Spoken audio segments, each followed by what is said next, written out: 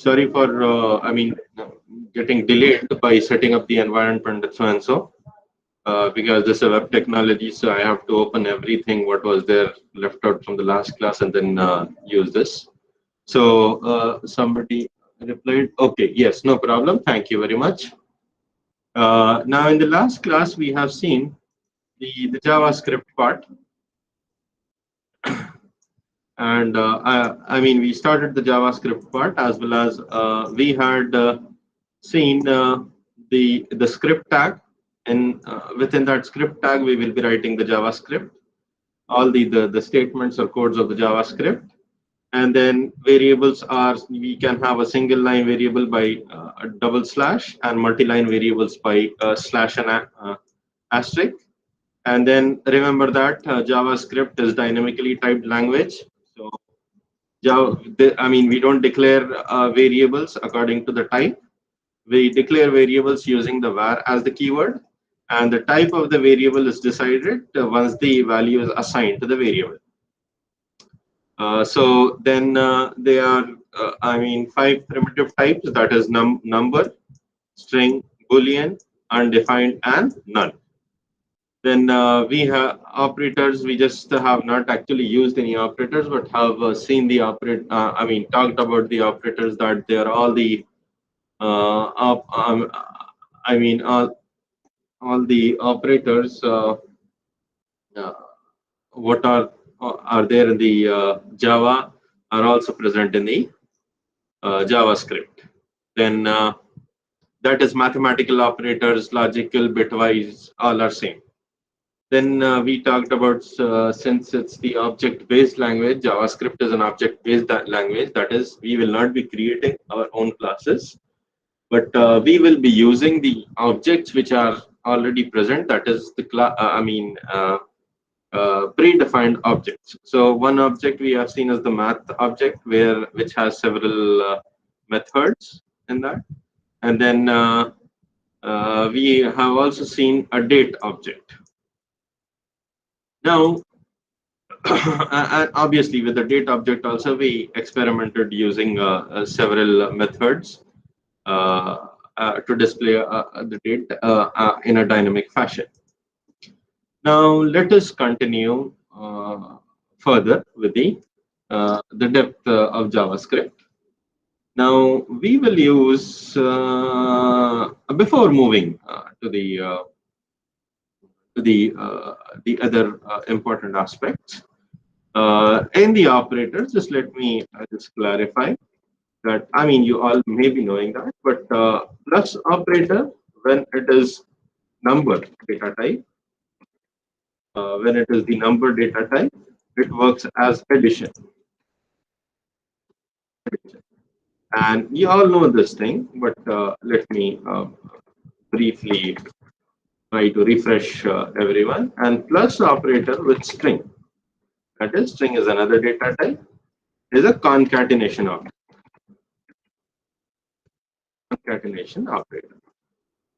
So this one is the addition, the other one is the with the strings as concatenation operator. So now let us move further. We will look at the what do we say, the fundamental aspects, or the core, the important part of JavaScript. That is the functions in JavaScript. Now, obviously, everybody knows that the function is nothing but a group of statements. Functions is nothing but group of statements. Obviously clubbed together, which can be called again and again. So we achieve two things here. One is that we reduce the redundancy of the code. The other thing is that in terms of modularity, it will be very easy for us to look into the aspects of implementing the code. Now, as the definition of function is any programming language same, It provides the reusability of the code. So even here, JavaScript is the same thing, but there are different ways of defining a function here. Now, function will be defined using the function as the keyword. So let us define a sample function. Now let us let this code be as it is. Our previous code, whatever we have written, let it be as it is. Now we will define a function. So function is defined using function as the keyword. Function as the keyword, then function name. I'm just writing it and parentheses. Then function will have a body which opens with a curly brackets and ends with a curly brackets. Now this the things which is within parentheses over here are known as arguments. The parameters which we define, and then obviously using the arguments we call this we pass values to these parameters. Now let us have a simple function as display. Let's say display. So this is कौन सा bank को ये वो विशेष नहीं है तो जाएंगे कहाँ से बैंक को नहीं शुक्रिया So function, then let us define a function as display. It's a simple function. We're not going to have a much complex things here. Define a function as display. This function will not take any parameters. Let's assume it's with no arguments we are saying. Now this function, let us say that this function displays. So displays let's say hello. So we will use document like we were using earlier, document dot right.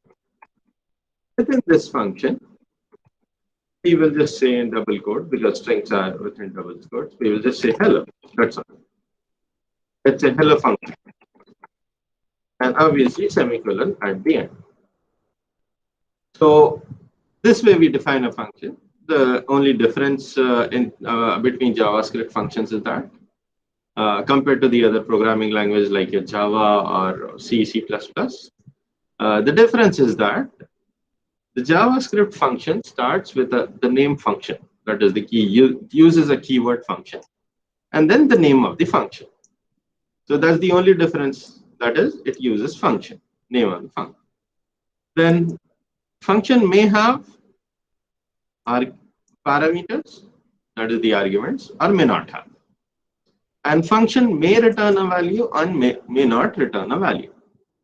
In this case, function is not returning a value. We are just displaying the hello function, that is the string, within the function itself. Function is not returning anything to some other function.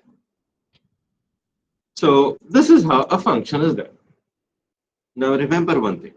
Let us save this file. And let me open this file in a web browser. Now all this thing is we have written it earlier. Nothing here. We on the whole page we do not find anything saying hello function. Nothing is getting displayed as hello function. But we have created a function. Now this idea of the logic is same compared to the every programming language. Here we have just defined a function, and function doesn't execute by itself. Function has to be called by someone. Now obviously in your Java, C, C++, we have a function known as main. In Java we write public static void main. In C we write int main. So main is a function which is automatically called. In JavaScript there will not be any function known as main. So there is no main function. So that the execution starts from some point. There is no main function. because it's interpreted. So the statements what you start write one after the other within the script tag, those statements gets executed one after the other. So here, let's come back to the functions. The function will not be called, will not execute until and unless it is called. Now, from where should we call the function? There are two ways here to call the function. One way is to call the function from the script tag itself. Like we had this opening of the script tag. This is opening of the script tag, and then this is the closing of the script tag. So we can define a function within the script tag as well as call the function within a script tag. Or function can also be called from the HTML tags. Now, when we am saying from HTML tags, we will look at that part later. Let us first call this function here itself. So to call a function, I'll just use display with its prototype, that is, doesn't have any arguments. I'll just say semicolon. We'll just save this. And let me refresh this. Once I refresh it, you can find it here. Hello function. Earlier it was not there. Now it is coming. Hello function. This is obviously the place doesn't matter. Right now because we are just seeing how things work. So hello function gets displayed. Obviously, these are the statements which we have seen in the last class. Now hello function gets displayed. Now if I don't call this function, I'll just comment this. I'll save it. I refresh it. We are not having hello function getting displayed. So we have to call a function. So it can be called from the, let's execute this. It can be called from the within the script tag. Now, can I call, before moving further, let us look at this part. Can I call this function before defining the function? That is, can I call this function over here? I'm calling this function here, but I'm defining the function later. So can I do this? Let us look at what happens. I'm saving this. I'm calling the function here. Then I'm defining a function. So I may have some JavaScript where I can write all those functions and call it from somewhere else. But can I call the function before it is defined? So let us execute this. Yes, it's coming. Hello function. So for looking at the difference, let me comment over here and save it and refresh. It's not coming because we have not called. But I am calling the function, that is display. And then after that, I'm defining the function. So let me save this. You can find hello function. So in some programming languages, you may know that the function has to be defined first, like especially in C. Function has to be defined first, then function has to be called. We cannot call the function before defining the function. But here in JavaScript, you can define a function anywhere in the HTML, the whole HTML document. You can define it anywhere in the whole of the HTML document and call it from anywhere. It doesn't matter. There is no hard and fast rule that it has to be defined first, then it has to be called. But the usual practice is that we define the functions at one place and then, before calling the functions, and then call the functions later. So what I mean to say is, instead of defining a function here, I'll just copy this function. And let me, at the, top, I will place this function here. Then I'll have a script tag. That is, I'm separating this function from the other script part. And here also, I'll close the script tag. So this part of the scripting is different. This is a different script tag, and this is a different script tag. So I'm defining this hello, the function display over here in this script tag, and let me call the function from this over here from another script tag. So I'll just comment this first. Let me save it, refresh it. It's not displaying here, and then let me call this function. Let us save it and refresh it. You can find that it has display. So you can have functions defined in some other script code and then called from some other script codes. Now let us look at how to have. So this is how function works. Now let us look at how to use parameters. Now to use parameters in the function, we need to obviously use the variable name. For example, let us define the function here. Now, usually functions, when we define, we have to give the parameter. Let's say int a or int comma int b. That is, this function has two parameters. That is int a and int b. Both, I mean, a and b are the parameters of type integer. We can also, I mean, usually define it using string. Or string. We usually define it in Java this way: string b, int a, string b, so and so. But here, the variables are not defined using the type. So even in the parameter, the prototype for the function of the parameter, we will not have the type.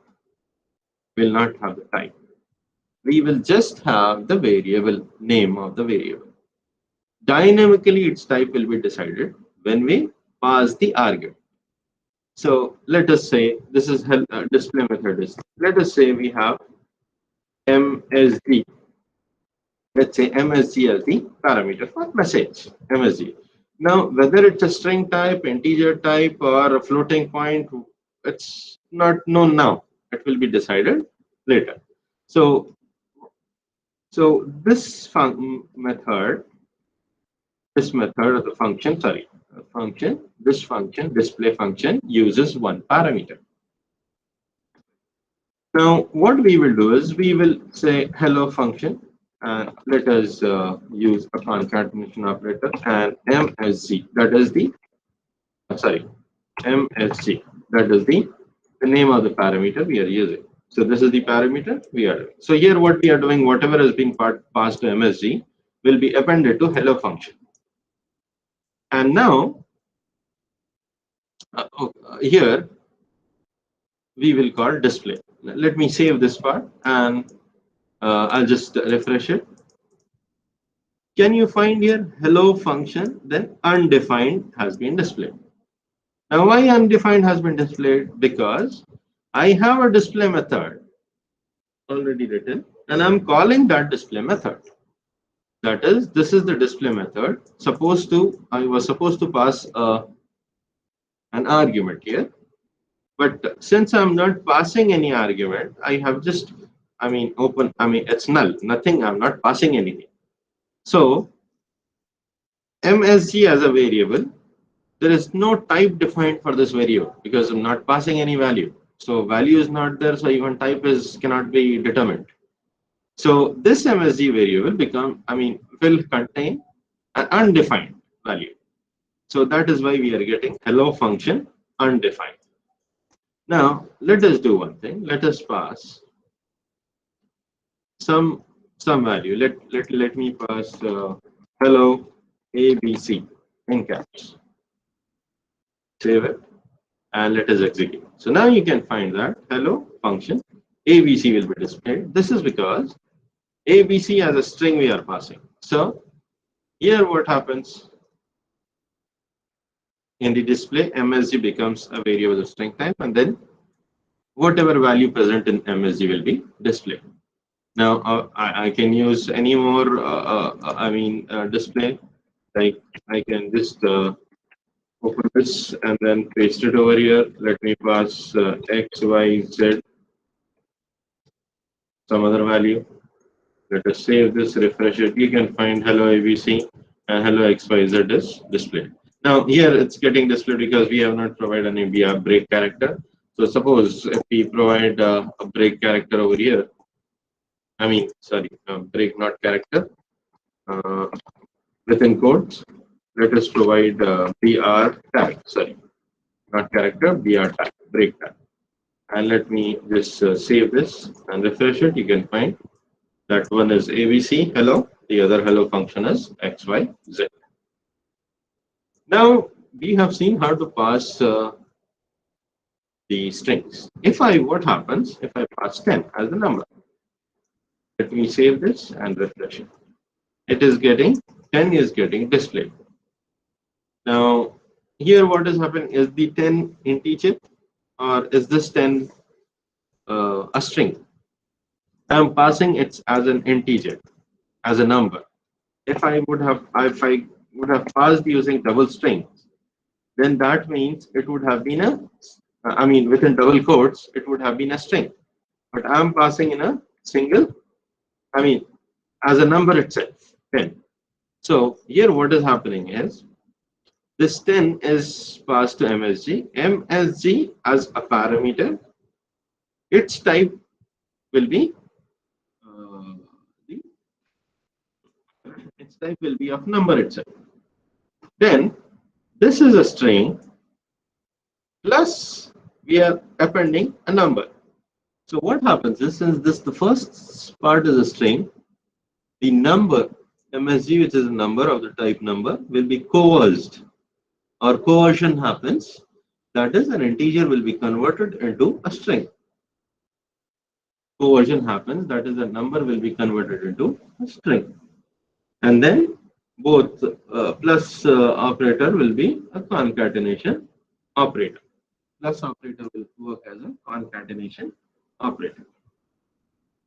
So this is how the coercion happens and conversion happens. Now let us write another function. In this the first script tag itself I'll write. Right. Let us write a function to, let's say, add.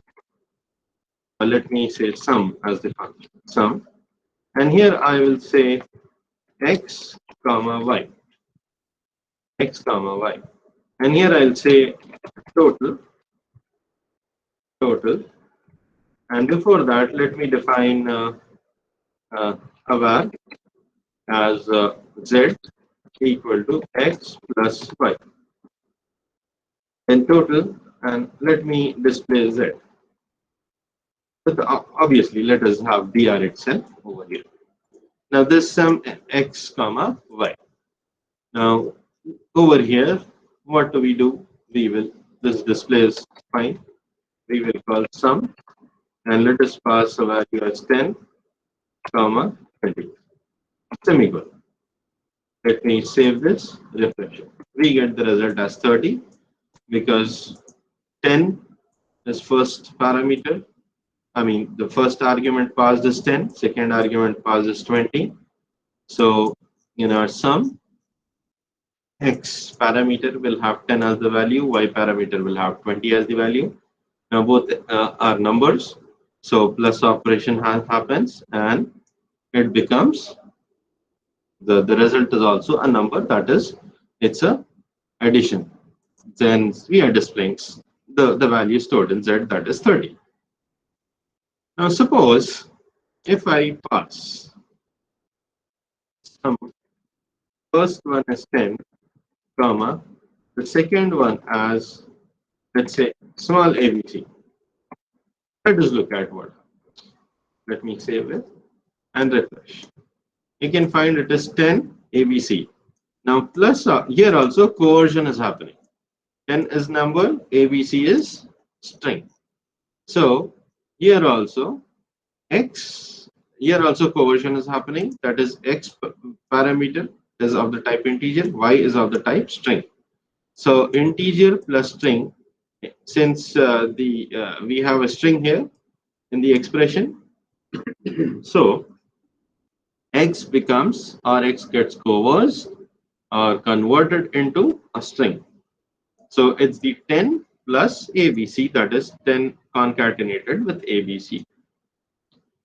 So this is how things work.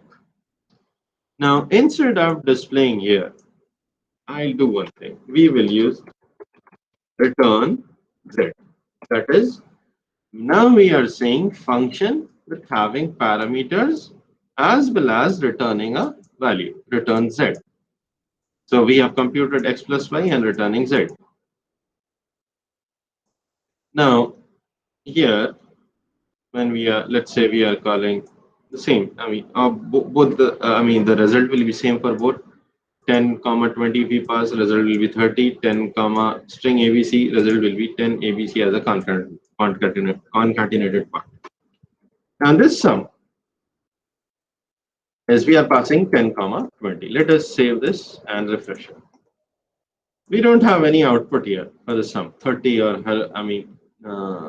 any string or like total colon 30. We don't have. Why? Because we have called the method. This method sum with 10 comma 20 executed.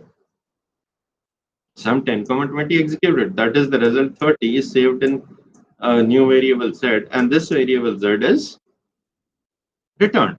The value within the variable z is returned. But we are not having any display over here. You're not having any display here because the returned value is not handled. Simply a value is returned, that is left out. It's not handled.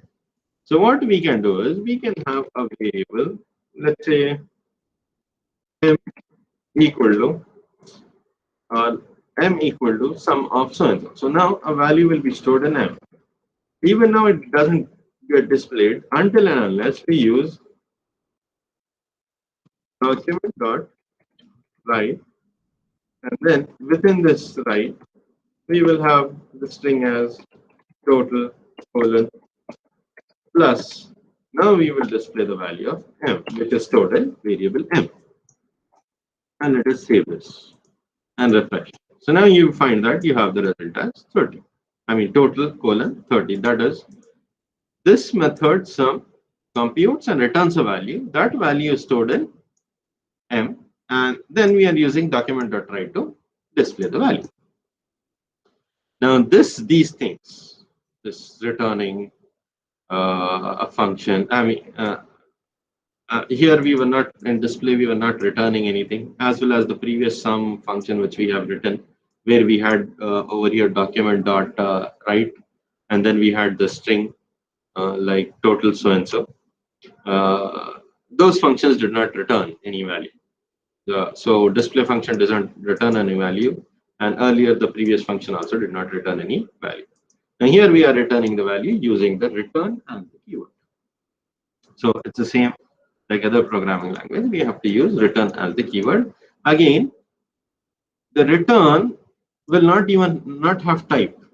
For example, in C or Java, what do? We have int sum, then int x comma int y. This way we define the prototype of the function. That is the return type int, then the name of the function, then this list of parameters, each with a type. So here, since JavaScript, we don't define or declare variables with type. So we don't have these two things. We don't have these two things, as well as since the return also, it's a value which is returned, but that value also depends, dynamically depends. It's not the value which is predefined. So when I'm using passing 10 and 20 here, the z will become integer. If I pass, as earlier we have seen 10 and a string abc, then z will not be an integer or a number. Z will be a string. So it dynamically, the type of z also, the return value will also depend dynamically. So that is why we don't have even the return type. So we just have the name of the function and its value, and whatever return is, we have, depending upon its dynamically computed type, the value will be returned. So remember that even the type of the return value is also not present. We don't define explicitly. So these are the different ways through which we can declare a function or define a function. Now, before moving further, there is another type, the way we can define functions over here. But before, moving further, let us discuss something about the local and the global variables. Now, this is the script. I'll do one thing. Both the functions, I'll remove from this script tag, and then I'll put in this script over here. I'll tell you the reason. Now, here we have these functions defined, and we are calling the functions. Everything works the same. There is absolutely no difference. Let me save this. Now here, there are no variables defined within this function. So there's no variables defined over here. Whereas in the sum function, there are variables defined. That is not variables, a single variable, though we can have multiple variables defined. So there are variables defined, that is, here we have a variable z defined. So this variable z is known as a local variable. That is, its scope is within this function, not outside the function. So suppose if I have the statement as, let me have the statement here. Let me also add a br tag. Let me also add a br tag, and this is, I'll just display z, value of z. Z is defined here. The value of z is returned, and the function closes. So z is local to this function. Let us save it and execute this. Now, you don't find any output. Neither there is an output about these, the document.hello. Why? Because we have an error here. Now, when there is an error encountered in JavaScript, the rest of the statements will not execute. So, the error will not be displayed. We will not know that error does not and the error doesn't get displayed, as well as the rest of the statements following the statement with the error also does not get executed. Now, why z is not? We have defined z here, but why z is not getting accessed here, or there is an error here? This is because in this function, what happens is, when we are declaring z, once the function closes, its scope is limited to this function. Within this parenthesis, the curly brackets, it doesn't go beyond that. But the variable, so why? Because z variable is a local variable. But the variables declared here, for example, today is declared. It's a global variable. For example, I is declared over here. It's a global variable because it's not declared within a scope. This I variable, this R variable, it is declared as a global variable. For example, we have a value assigned as 10.85.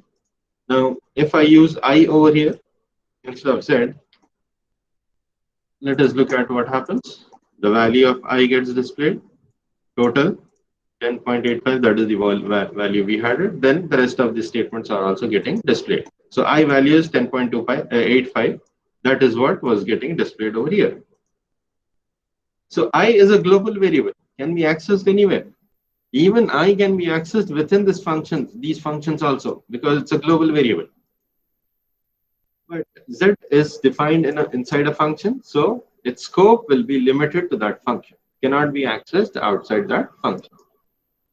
Now, let us look at what happens when I use the same variable I.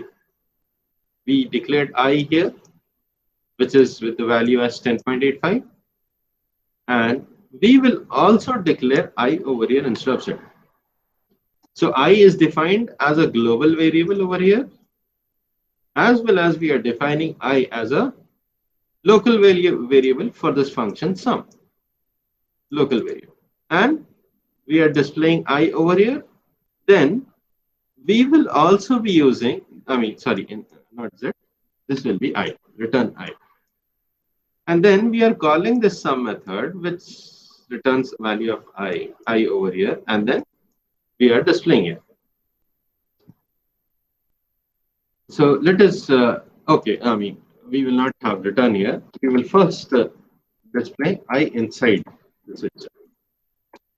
So I will have this total, then I'll say local, let's say local. And here, let's distinguish this to be global. So, and I value over here, that's local because we are using a local variable. And here we are saying the statement is global because this I value, we are saying that it's a global. Now, the I value over here, it's a global variable, is defined, initialized as 10.85. And I value over here will be sum of x plus y, which we pass it as 10, 20, though you can pass anything 10, 20. Let us execute this. Let us look at the, open it in the window, and then let us look at this. Now here,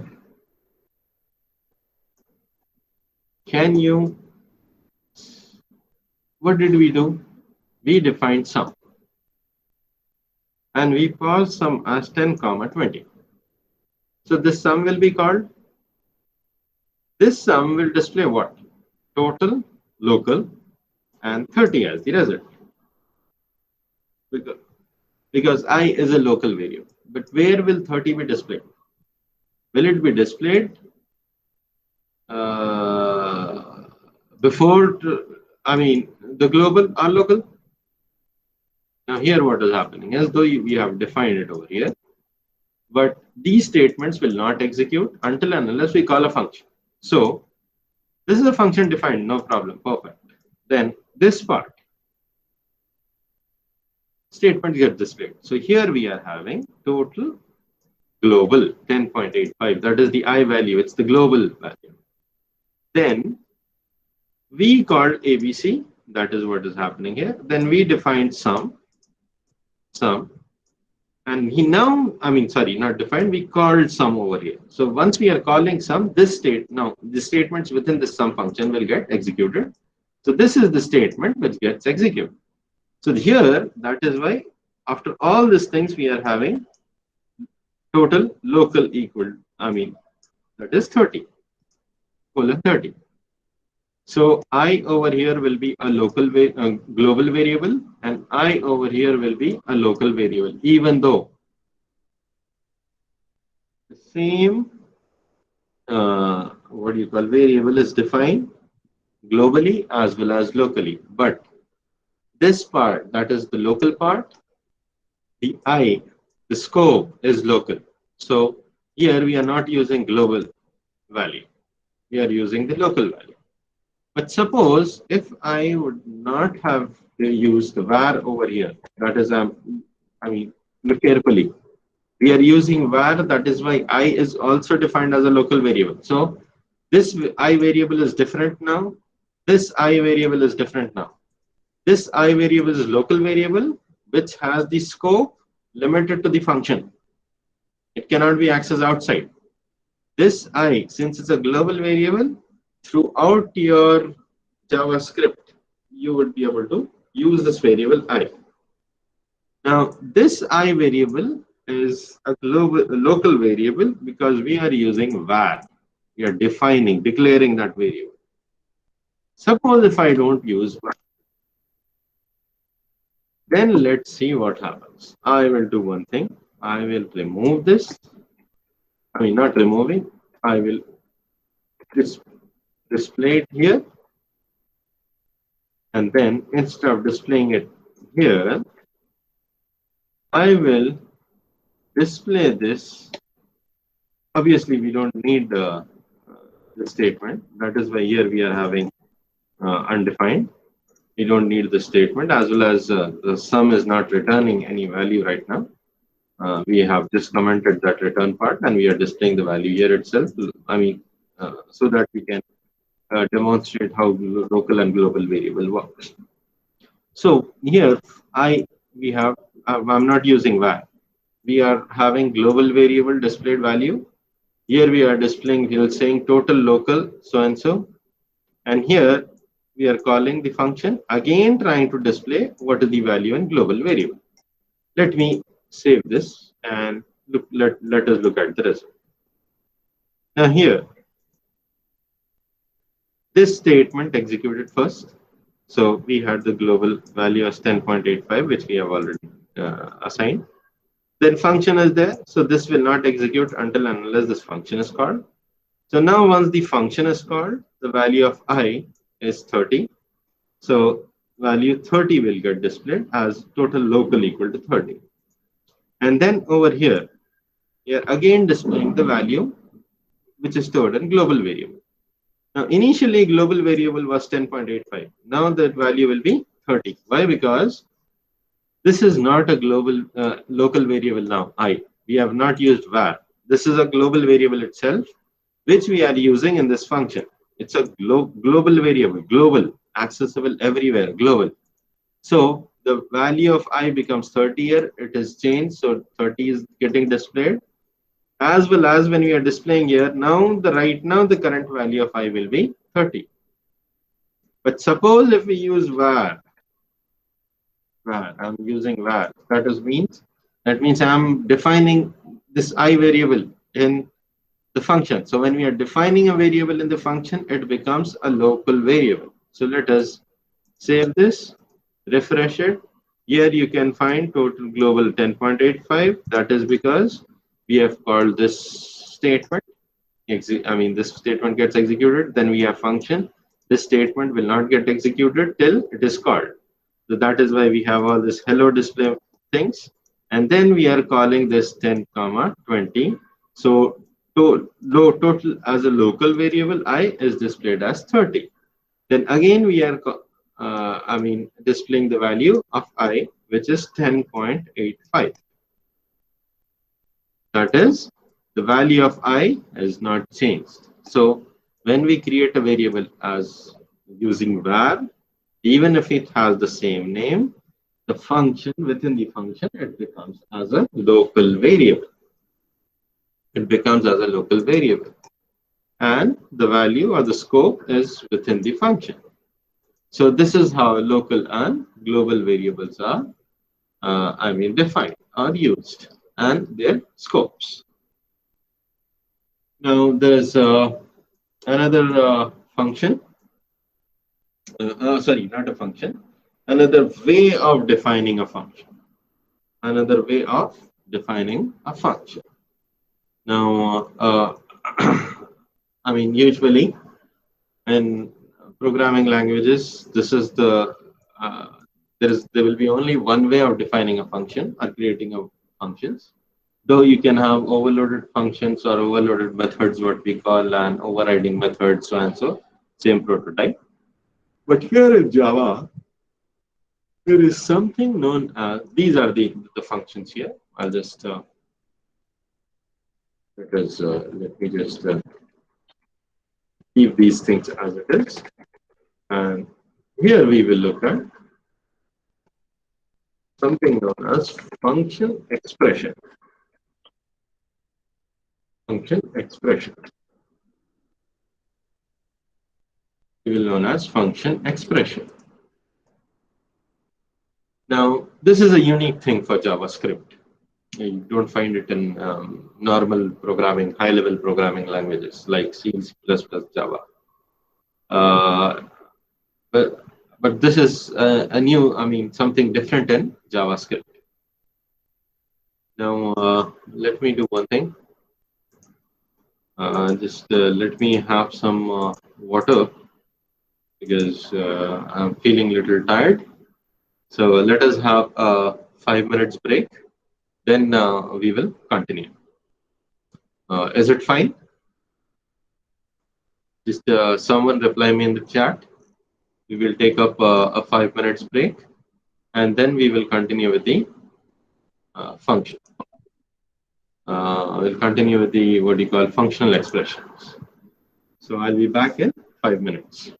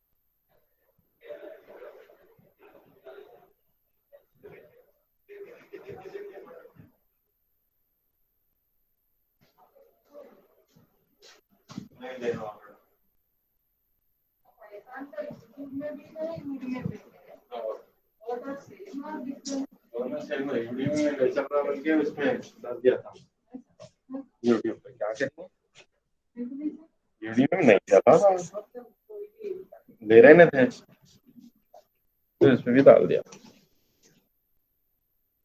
नहीं नहीं, Python normal Python बोल रहे हैं हम, तो data structures Python, normal Python same है दोनों पे, डेटा स्ट्रक्चर्स का अलग है दोनों पे। ठीक है, नहीं हुआ, क्या करेंगे, कॉलेज में ऐसे काम करे तो करना ही नहीं हुआ मेरे, नहीं टाइम नहीं मिला मेरे को करने का, हाफ डे फुल डे कर दिया कैसा। Okay, fine, let us come back to the uh, come back to where we have left.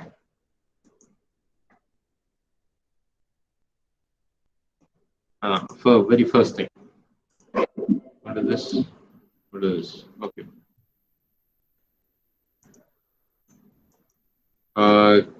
Can we continue with the class? Anyone can reply?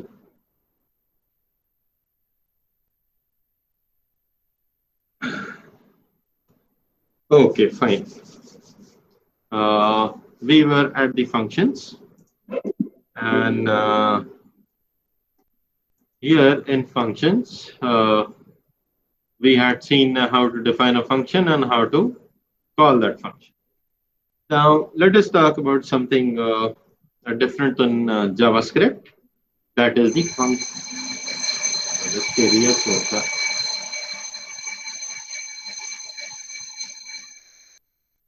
Let us look at something different in JavaScript, that is function expressions. Now, a function, actually, the function expression is not something completely new, but it's just like a different way of defining functions. So even in function expression, the purpose of function is the same. That is, the similar code is grouped together, and that code can be called again and again. Now, in function expression, let us first, I'll copy this function itself. So, let me rename this function because we cannot actually confusion if we have same names. So let me say add. We are adding these two, and then I'll just remove this. And let us say we are returning the value which we have added. So this is the function, normal function which we have seen, which we have already seen. normal function. Now, function expression will not have the function name. Function expression will not have the function name. I'll just write the prototype of how function, what we call expression will be. First function expression will just use the function keyword with parentheses. Within these parentheses, we will have arguments, argument or arguments. Then opening parenthesis will be there, then closing parenthesis. I mean curly bracket, sorry. So function, in function expression, function will not have a name. Instead, function will use a function keyword with parentheses, and within parentheses, we may or may not have arguments. Then this function, before that, we will have a variable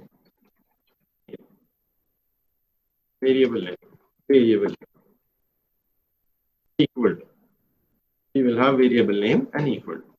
So function will not have a function name. Instead, it will have a variable name. So if this is the add function, I will be having add equal to function with arguments, and then the rest of the body of the function.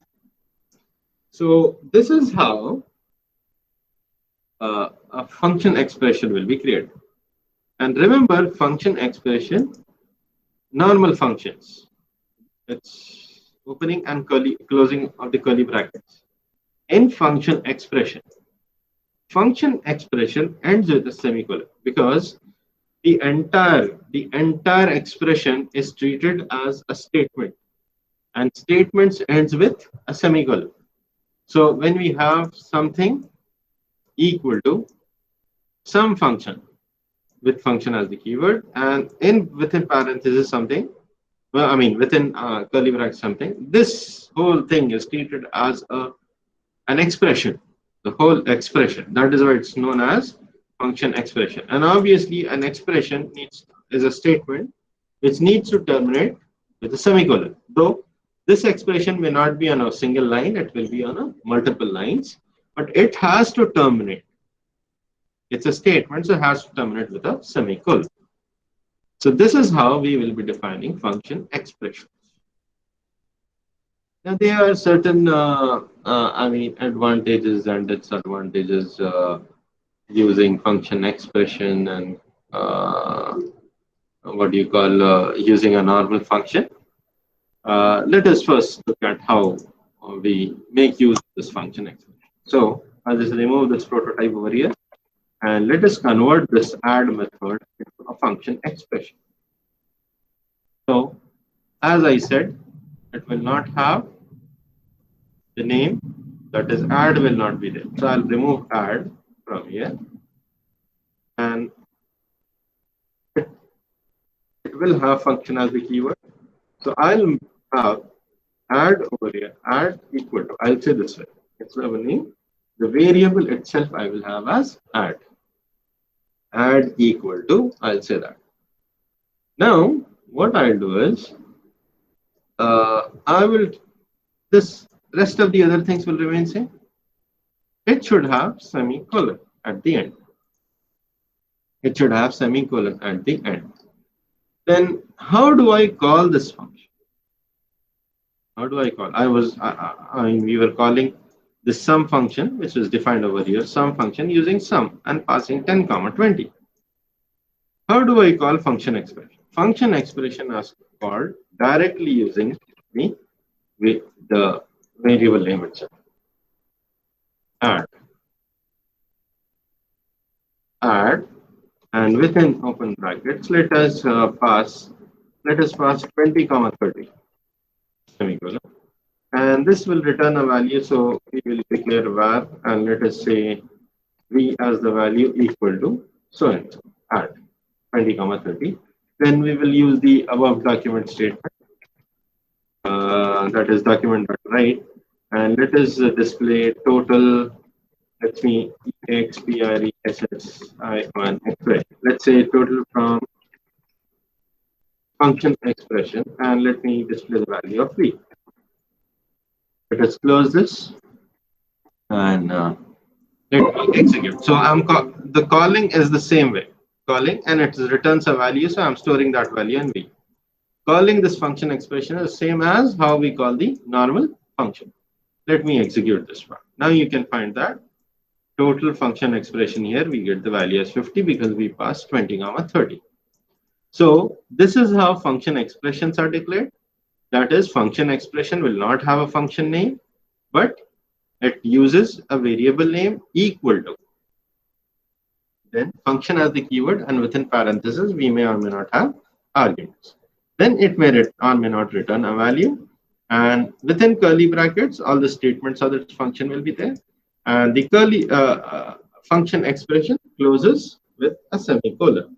Normal function doesn't end with a semicolon, but a function expression will end with a semicolon. Now, there are a few points to remember here in function expression. That is,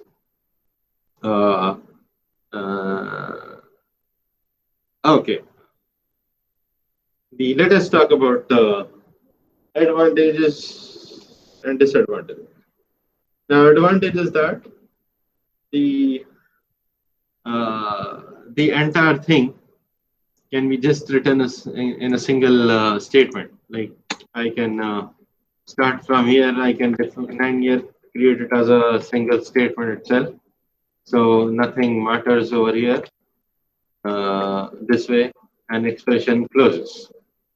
So this whole thing can be taken as an expression, which is much similar to just writing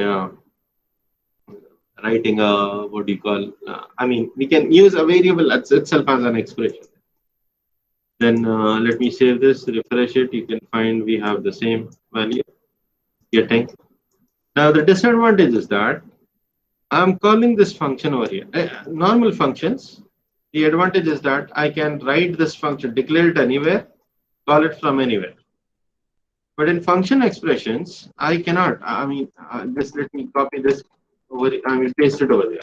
I'm calling this function over here, but I'm declaring or defining a function expression over here afterwards.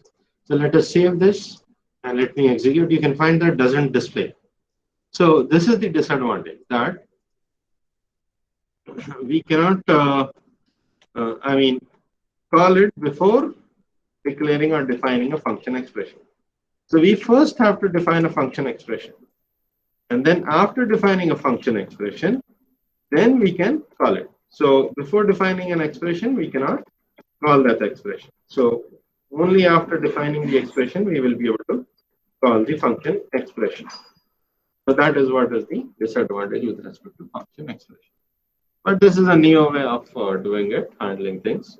So usually you may find in several web sites, when they try to talk about or use JavaScript, most of them uses function expression rather than writing normal functions.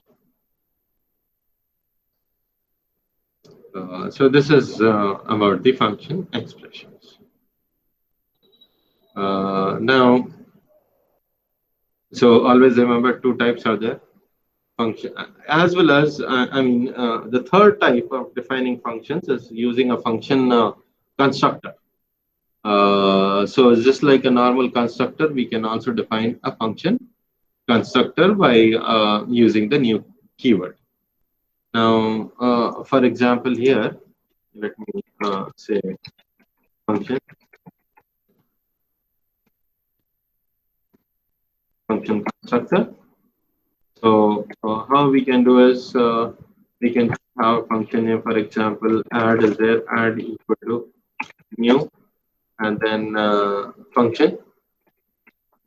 That is the keyword. Within parentheses, we can have arguments and the code followed with the code. But function constructors are not used because they this is the third way of creating it, but the importance is not given or it's not used because function constructor has a very poor performance because we need to use is equal to new keyword function, and we need to use this new as a keyword. So when new is there, and then some memory gets allocated, and the performance is very bad. And why we need to consider a lot about the performance over here is that since it's a web environment and browsers tries to execute, so the new keyword starts creating unnecessary memory in the so what happens when you refresh the page or multiple times the page is accessed in the memory multiple times, that function memory will be allocated for that function, which is not right, which is which degrades the performance. And since web browsers works on a limited capability or has a limited um, what do we say, limited memory.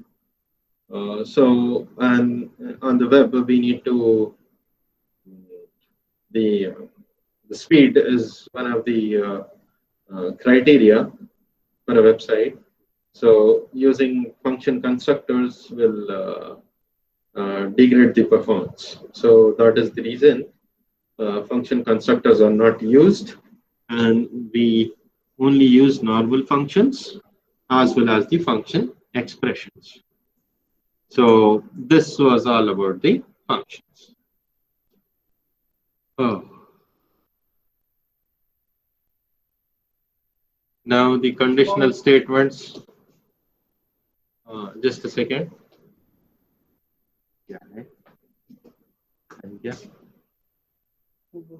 अरे यारो ये हाँ मैं 3 दिन से नहीं आया था ठीक है हमारे बाप रे बाप through proper channel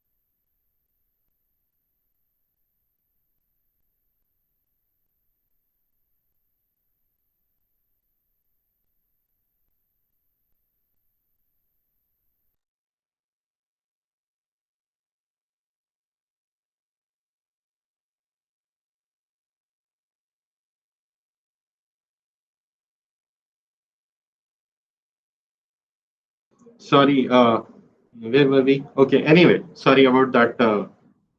Some of the, disturbance there. Uh, uh, these are all unwanted surprises, actually. Anyway, so these were the different ways we were using functions, or we can use functions. Now, the other part, where were we? Over here.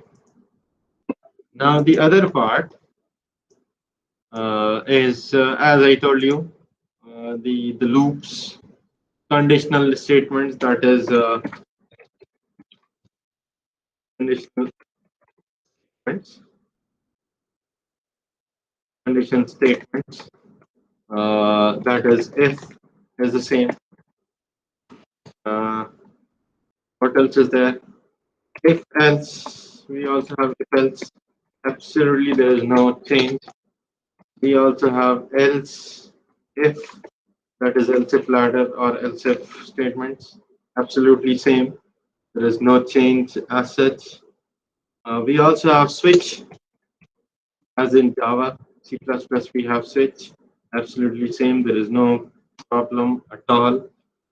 Apart from these, conditional statements, even in loops, or what we call it as repetitive statements, we have while loop. We also have do while loop. Then for loop we have while, do while, for. All those are same as what we have in the other programming languages. So absolutely no distinct change. Same syntax. Then we can also use break and continue.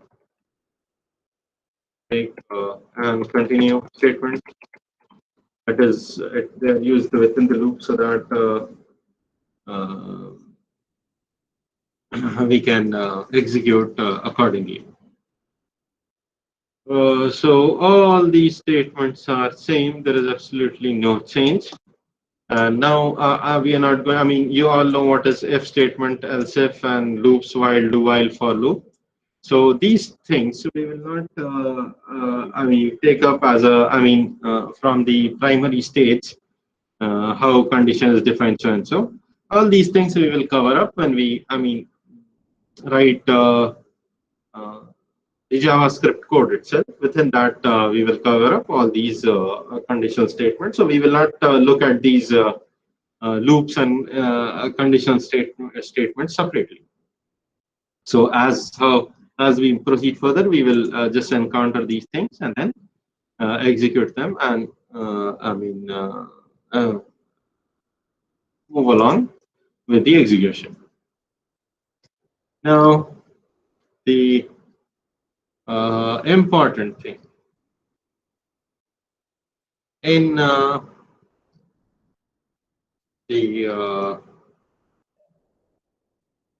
JavaScript part is there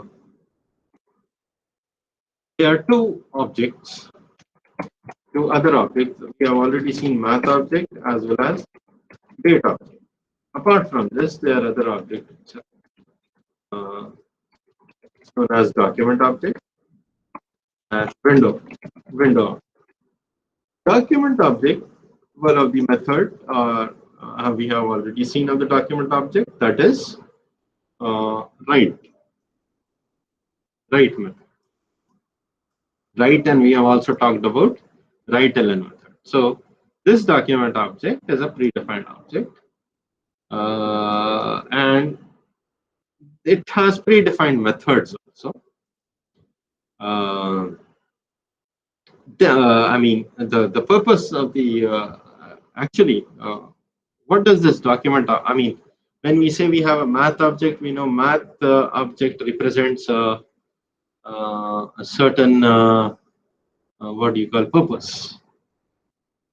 That is, it has all the functions or methods for mathematical calculations.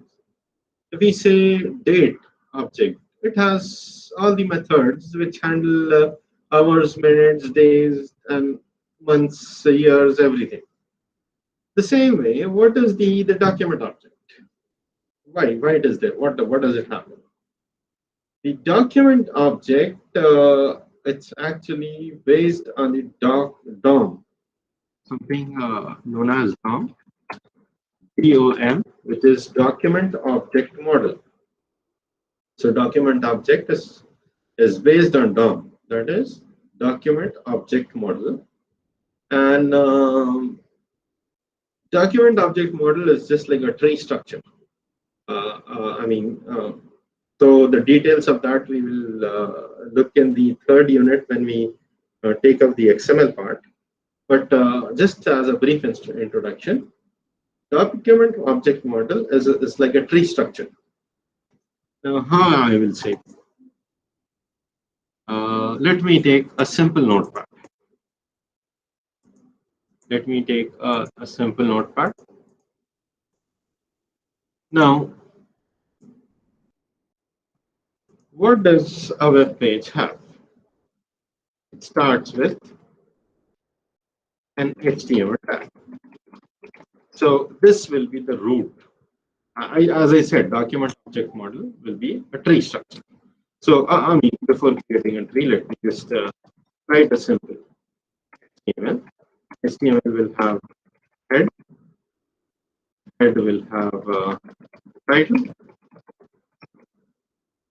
Let's say title as ABC slash. I'm just writing this to demonstrate what the document object model is and how it works, though the values may not make sense, like ABC and all. Then we have body. We have closing our body. Then, as well as we will have closing our HTML. Now, within body, let us use H1 tag and say XYZ and close the H1 tag. Now, assume this is our HTML. They may have a lot of other tags also, but for demonstration purpose, let us consider this is the HTML we have. This is the HTML. So, in a browser, in a web browser, the tags are represented as a structure of a tree. So starting from HTML, that is why we call, every HTML page should start with an HTML tag. Sometimes it is also said that HTML tag is a root tag because it's the first thing. So why it is a root? Because it forms a root of the tree. So this is the root. Then what happens is, actually it would have been much better if I use but I don't have a graphics tablet connected here, but I'll just use a paint. Just use a paint. Let us look at this one. So HTML tag is the root tag. So let me have a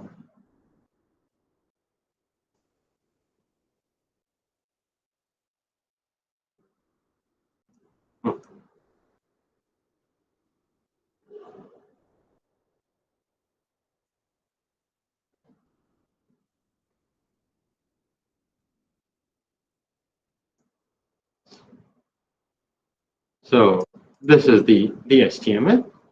Now this HTML is the root tag. Then what happens? We have the next tag is head.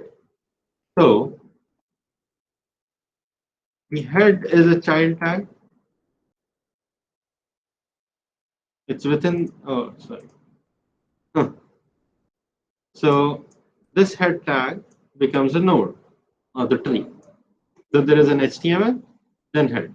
Now here let us. So this is the, what do you call, branch of the tree. Then what do we have? Next thing is we have title tag. This title tag,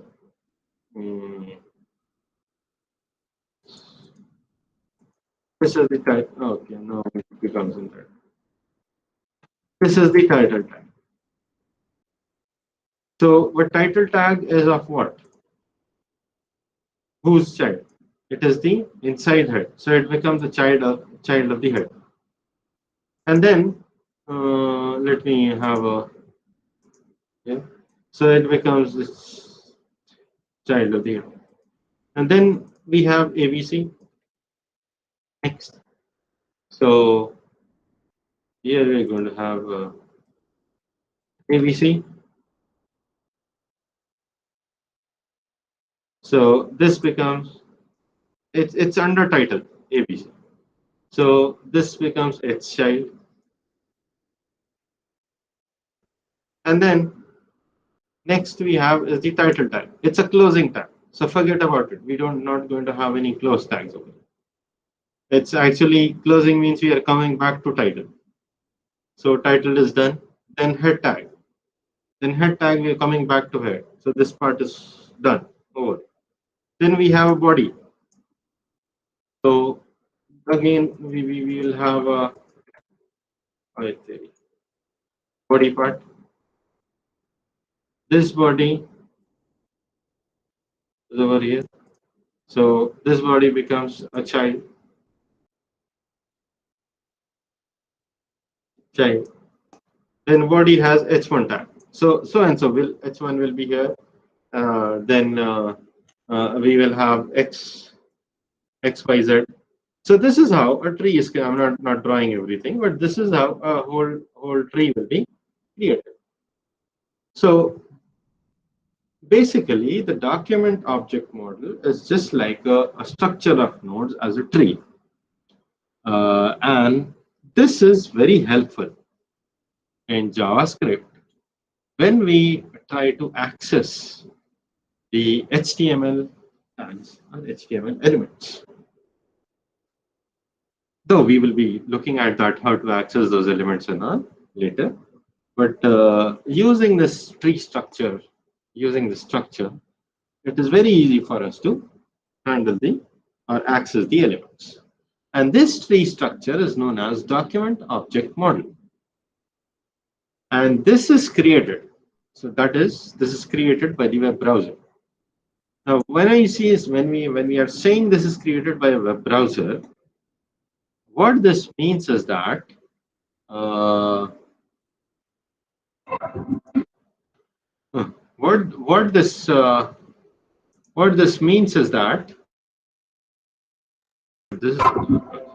what this means is that this HTML, when it is opened in a web browser, where is the web browser? I closed it. Okay, now here. When the HTML is open in the web browser creates a document object model. So document object is actually created by web browser. That is this structure. What we are seeing here, the HTML, this structure is created by the web browser when it encounters the HTML document. So the document object is created by the web browser for each new HTML page. Remember each new HTML page. And whenever a page is viewed, the document object is created. Now, as I said, we already had seen what this document object is. Where does the document object work? Document object works in this entire area, this complete area of a web browser. Not this the other things that this complete the displayable area of the web browser. Document object works for this complete displayable area of the web browser. Now, through this, as I told you, we had this tree, which helps us in accessing the what do you call elements of HTML. or tags of the HTML. I told you that. But how do we access those tags, and what does this mean, accessing the tags of the elements? And let us look at the example. This same register page I am doing it. Now here we had title as register page. Now this register page is a title.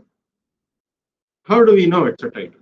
Because it is within opening of the title tag and the closing of the title tag. So the document object has a property known as title. Let us use this property title.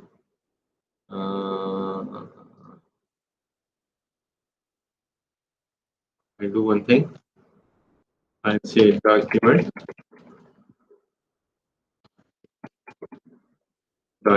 dot type method we have already seen. Let us again look at this, and here I am saying title equal to not colon. Then let us use the title property. So I'll use document dot title. Let me get semicolon here. Let me just save this, and let us refresh this web page. Now, can you find here title colon register page is there? Now, where did this register page come from? This register page is coming from this document dot title. Title is a property which is part of the document object. So, document dot title means we are accessing the content of this. So directly, it's a property. It's a defined. No, we cannot do it for every HTML. It's defined for title tag. So whatever you try to put up in the title tag, you can access it using whatever you have in the title tag, or the title of the web page can be accessed using the title property. So dot title will give us the title property, or what is the value present in the title tag. Now, it doesn't mean that, for example, let me say I have, let us say here, let's say H1 and say, what do I give? Let's say college, that's the name. Then close this H1. Now, this is the H tag. If it was title tag, this college would have been retrieved. Now, this is H1 tag. So, if I use title.h1, let us look at what happens. Say, refresh. No, it doesn't have. College is this is in color we are displaying the college red because we have defined that CSS, as well as we have also defined, we have the H1 tag, but title undefined is coming. This is this title undefined, whatever is coming is from this part, document.h1. Now there is no property as H1 defined. So if I use title, there is a property as title defined, so I'm able to retrieve title. But if I can't use any tag and retrieve that. So always remember, this is not the way to retrieve the value of other tags. This is only to retrieve title, because title is a property which is already defined. So if I just say dot title, so whatever is there in the title tag will be retrieved. Now it's not the case with other tags. For example, as we have just now seen, the H1 tag. So if I say document.h1, it will not retrieve college as the value. So it's only for title. So the same way, the document object can also be used for URL properties. That is, we can retrieve what the URL is. URL encoding also can be retrieved. Referrer information can also be retrieved. Referrer in the sense, this is, where is it? Yeah, referrer in the sense, from some web page, we may have a link to this web page. So when a person clicks that link on that web page, it is being transferred, or you will be moved to the new page. So when you move to the new page, what happens is, referrer is the property. It's for the information purpose, which tells us from where the the link came from, or from where the user has come to this website. So that is the property. I mean, nowadays very much used in advertising. For example, you may find this. Let's say go to a web page. That is say CNN.com. Let me have. Is there any advertisements here? No, it's not. I need a page with some advertisements. Let's say uh, Times. Not Times now. I don't like Times now. Deccan. Deccan.com. So you may find this is the advertisement. This is the advertisement. Are you getting it? Now all these I know that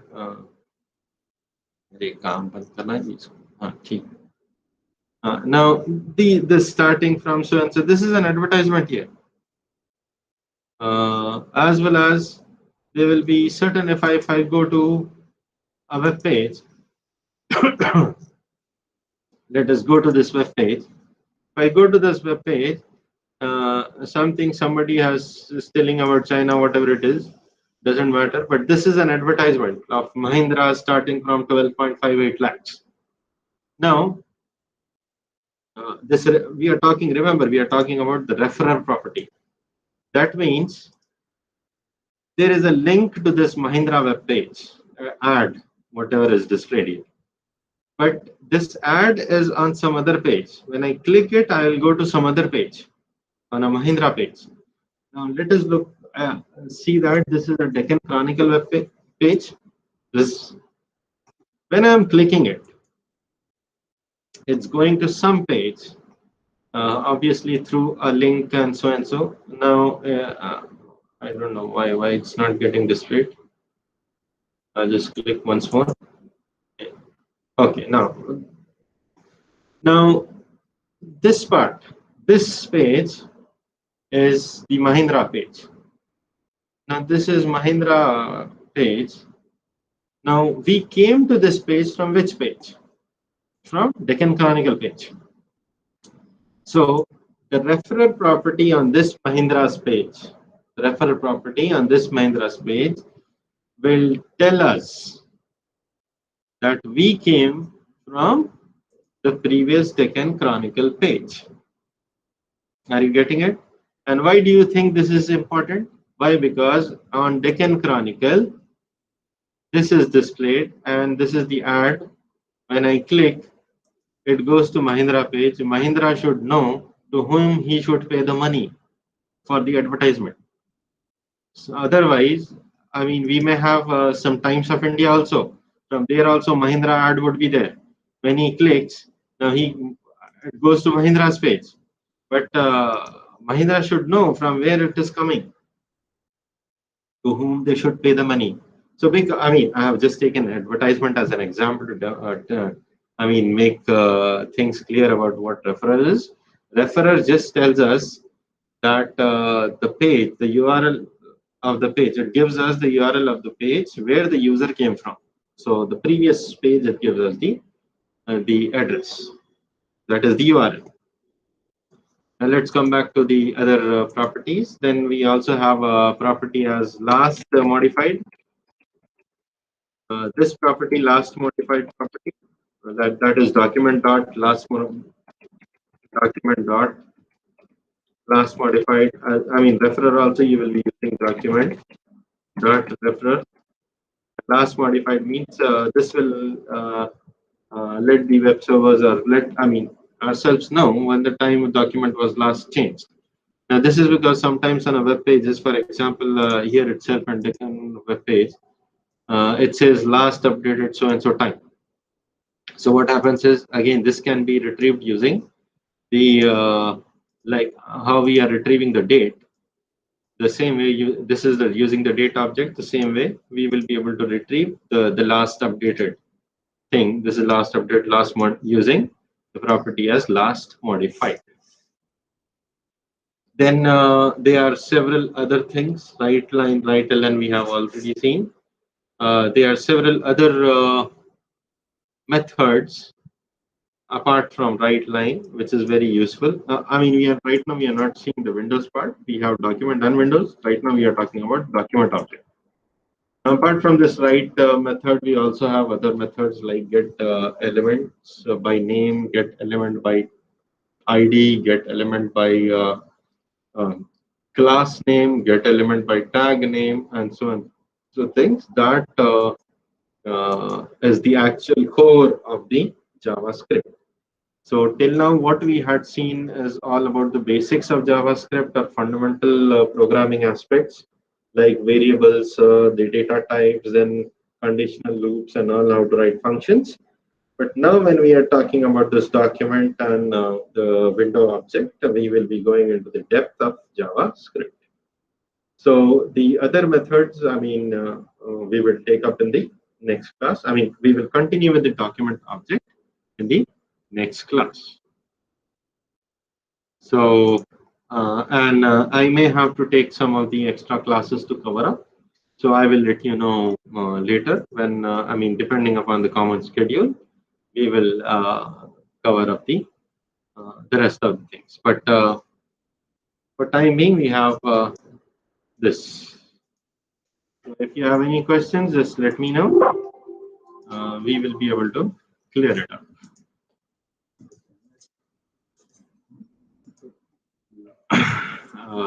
Any questions? Or can we end the class?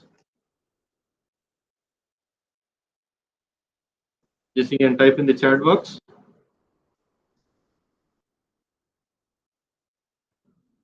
Any questions? What is the syllabus for first internal? When is the first internal? Just tell me that first of all.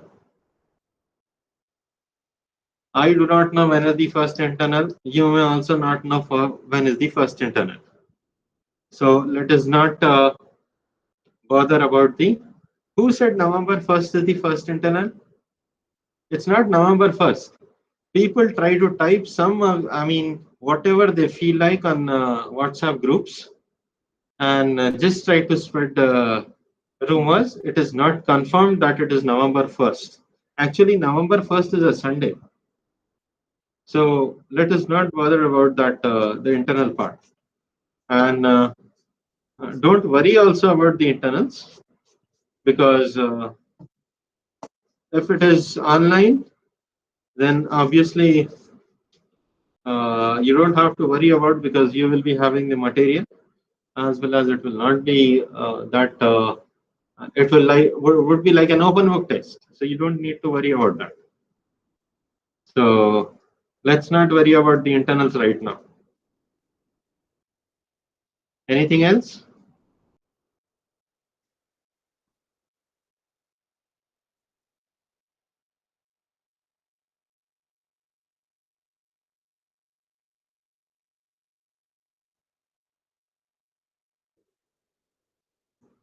If there is nothing, then I can I'll just let us wind up this class. Okay, thank you very much.